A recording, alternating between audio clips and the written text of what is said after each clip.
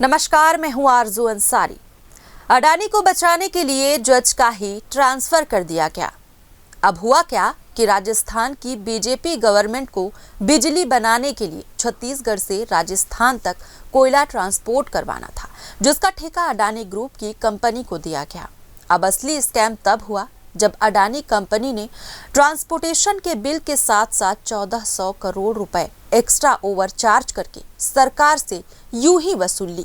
यानी tax payers के 1400 करोड़ रुपए यूं ही अडानी के जेब में चले गए। लेकिन एक ईमानदार जज दिनेश गुप्ता ने ये स्कैम पकड़ लिया और अडानी ग्रुप पर 50 लाख रुपए जुर्माना और 1400 करोड़ रुपए वापस करने के साथ साथ सीएसजी को ऑडिट की ऑर्डर दे दी।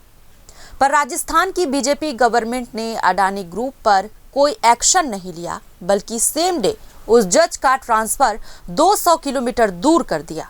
और उसके बाद राजस्थान के हाई कोर्ट ने दिनेश गुप्ता के ऑर्डर पर स्टे लगा दिया और ये केस अब कोर्ट में चल रहा है। यानी जनता के 1400 करोड़ रुपए अब अडानी के पास ऐसे ही फंसे रहेंगे जब तक इस केस का कोई सॉल्यूशन नहीं होता।